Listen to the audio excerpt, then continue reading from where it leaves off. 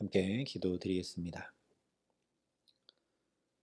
아버지 하나님, 오늘도 꿀과 송이꿀보다 더 단 주님의 말씀이 내게 들려오고 내게 이루어지고 내게 역사할 수 있도록 이 시간 성령으로 함께 하시며 우리 가운데 은총을 더하여 주시옵소서. 예수님 이름으로 기도합니다. 아멘. 오늘 우리에게 주시는 하나님 말씀은 민수기 22장 41절부터 23장 12절까지의 말씀입니다. 민수기 22장 41절부터 23장 12절까지의 말씀입니다.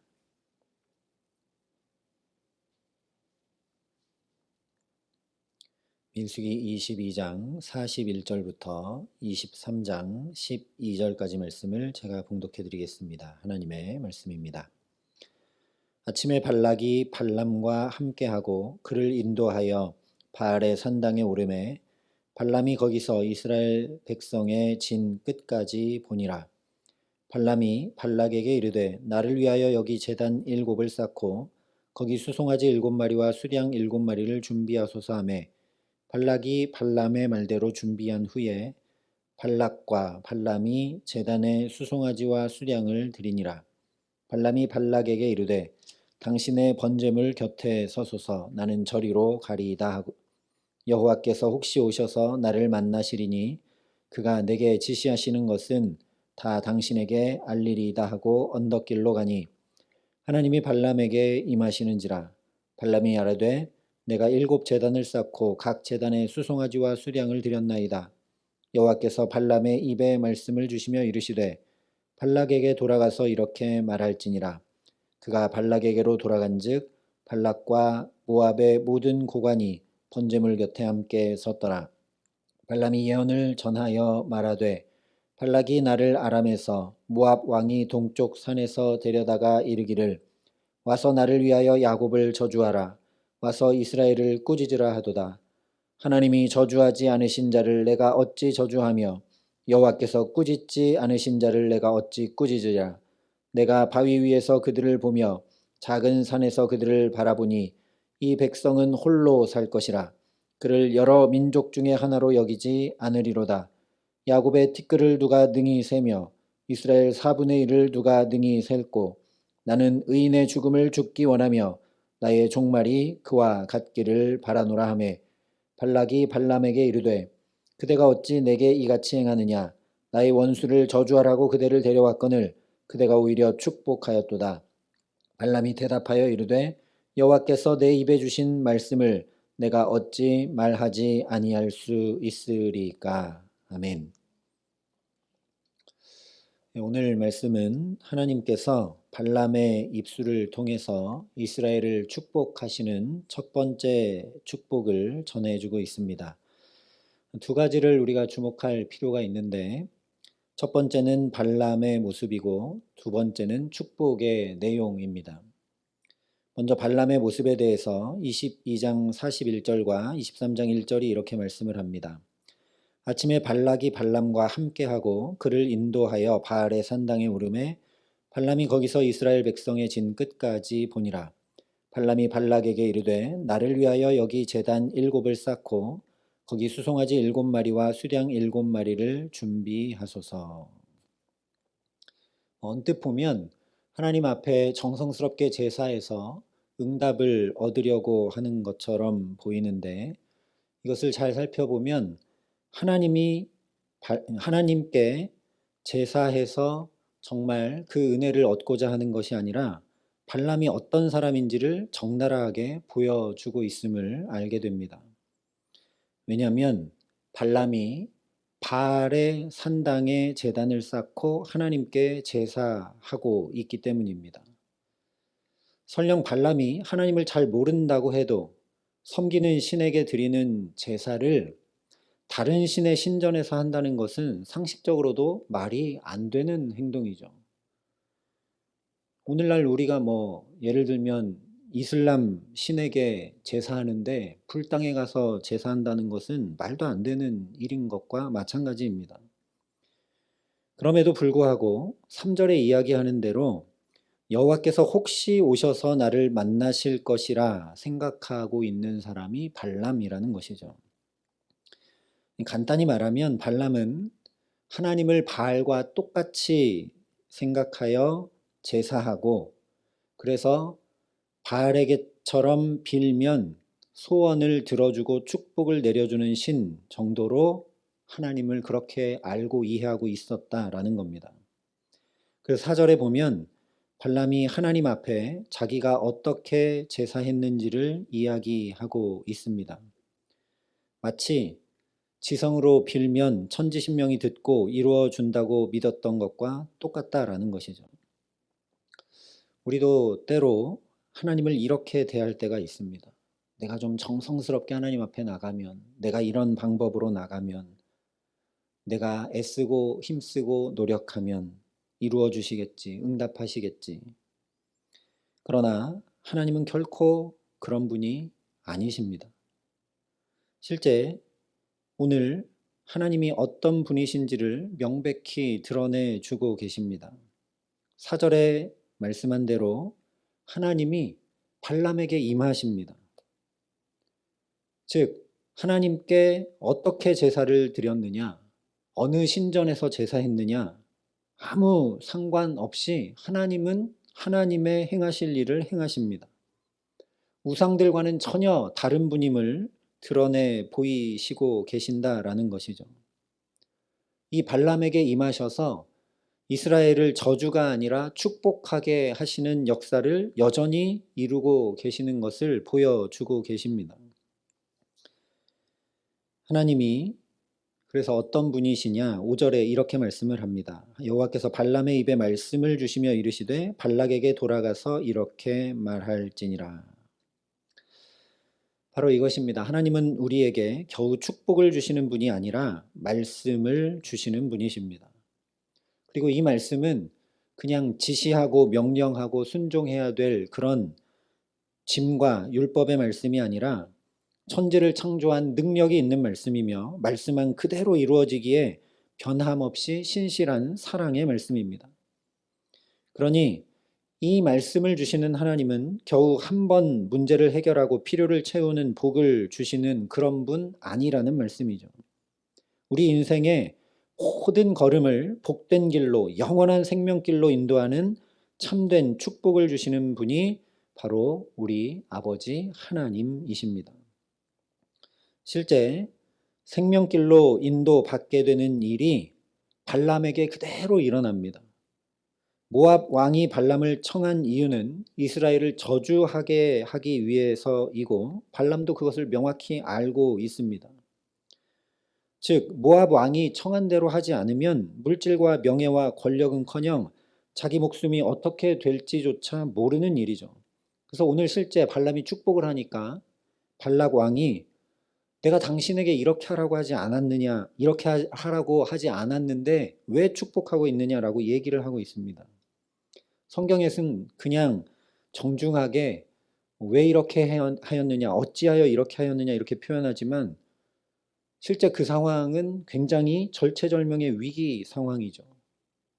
한 나라의 왕이 고대 사회의 전제 군주가 이렇게 하라고 했는데 그걸 거역하고 안 했기 때문에 지금 발람은 목숨이 왔다 갔다 하는 그런 상황에 놓여 있는 것입니다. 그런데 하나님께서 주신 말씀을 모압 왕 발락과 여러 고관들 앞에 그대로 전했는데도 발람이 죽지 않고 살게 됩니다. 오히려 13절 이후에 말씀하고 있는 대로 모압 왕이 이 난처한 입장에 처해 있는 발람을 물론 인간적인 방법이지만 배려하는 놀라운 일이 일어납니다. 죽이는 것이 아니라 발람이 배려받아서 잘 저주할 수 있도록 다른 데로 데리고 갑니다.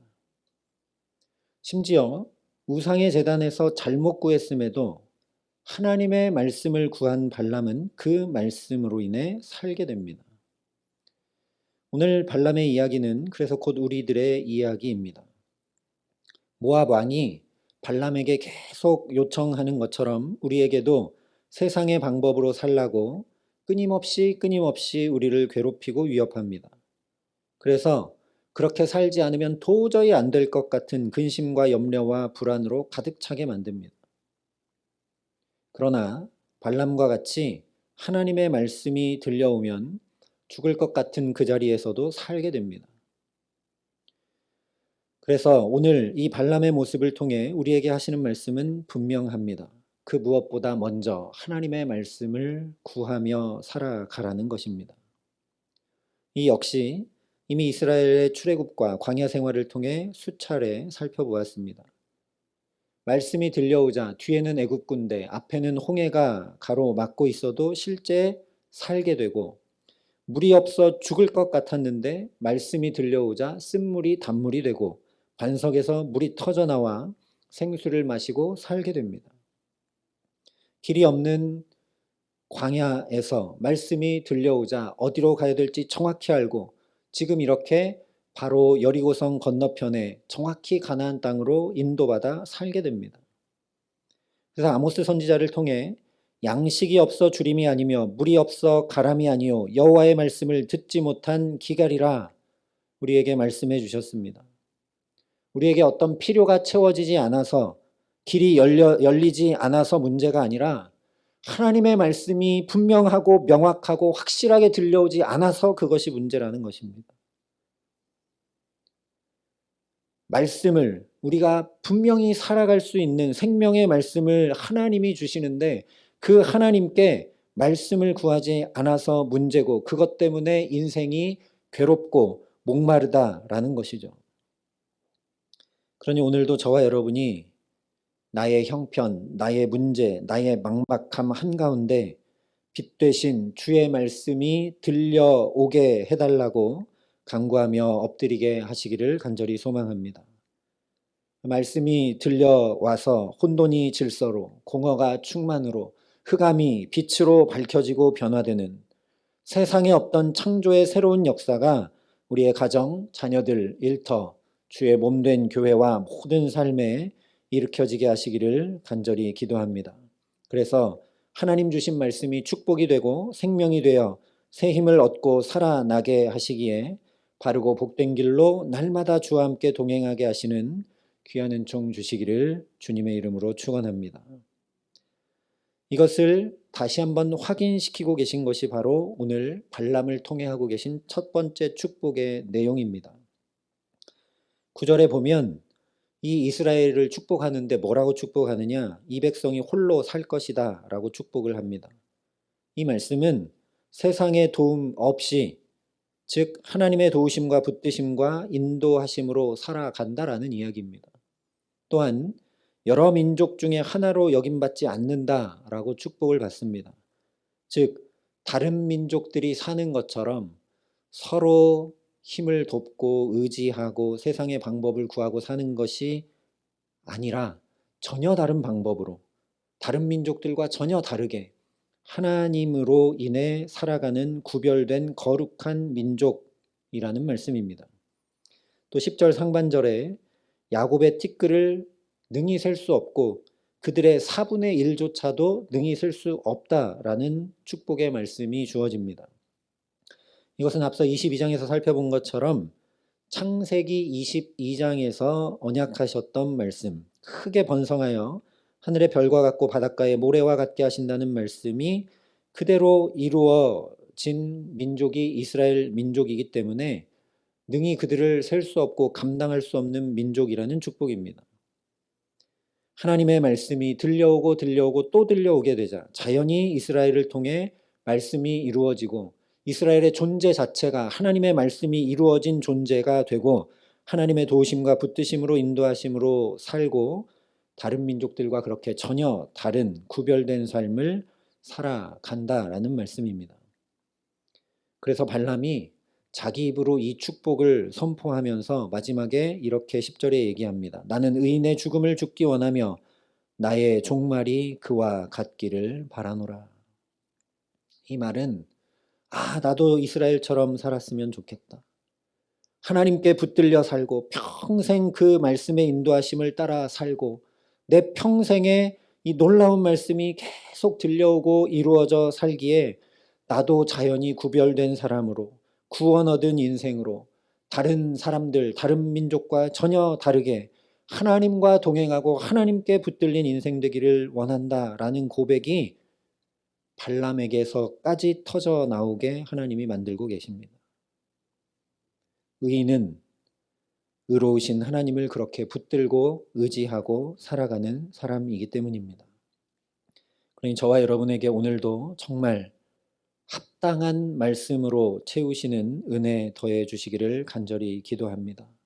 우리 마음과 영혼이 무뎌지거나 굳어지지 않게 하셔서, 아니 심지어 발람처럼 내가 하나님 잘 모르고 하나님 앞에 어긋나게 행하고 하나님 앞에 넘어지고 말도 안 되는 일을 행한다 할지라도 나를 불쌍히 여기셔서 하나님 붙드시고 또 은혜를 주시고 또 내게 말씀이 들려오고 깨달아 알아지게 하셔서 나도 하나님 앞에 의인의 죽음을 죽기 원하고 평생 하나님 앞에 그렇게 살아가기 원한다고 고백할 수 있도록 때마다 일마다 필요한 말씀 주시기를 주님의 이름으로 간절히 기도합니다.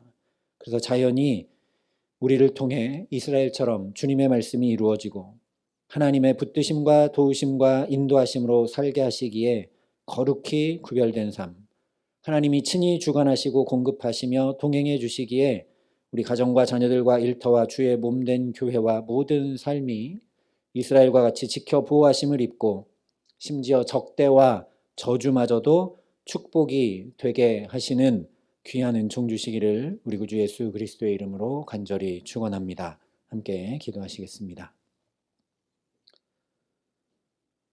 사랑과 은혜가 풍성하신 아버지 하나님, 어긋난 길로 행하려 하고 저주를 해서 내가 복받기를 원하며 살아가는 발람과 발락도 그냥 두지 아니하시고 그들에게 말씀을 주시고 또 말씀을 들려주셔서 나도 그런 삶을 살기 원한다고 고백하는 자리로 하나님 또 붙드시는 것을 말씀을 통해 깨닫게 하시고 확인케 하시니 감사합니다. 하나님, 정말 내게 물질이 없고 상황과 환경이 막혀 있고 여러 가지가 형통하지 못해 문제가 아니라 하나님의 이 생명의 말씀이 들려오지 않아 문제인 것을 깊이 깨달아 알게 하시고 주의 말씀을 사모하며 엎드릴 수 있도록 우리에게 성령으로 역사하여 주시옵소서. 그래서 오늘도 하나님의 그 놀라운 능력의 말씀, 사랑의 말씀, 생명의 말씀이 내 상황과 환경에 맞도록 합당하도록 늘 들려오고 끊임없이 들려오고 때마다 일마다 들려오게 하여 주시기에 자연히 그 말씀이 우리의 걸음을 통해 이루어져 가며 놀라운 하나님의 인도하심과 붙드심 가운데 살아가는 축복된 날 될 수 있도록 이 시간 엎드려 간구하는 우리에게 주님의 말씀이 기억나게 하시고 깨달아 알아지게 하시고 그 말씀 이루고자 하는 마음으로 충만케 하시며 그 말씀 이룰 수 있는 지혜와 능력을 우리에게 허락하셔서 이 하루 주와 동행함에 부족함 없도록 우리 모두에게 함께하여 주시옵소서.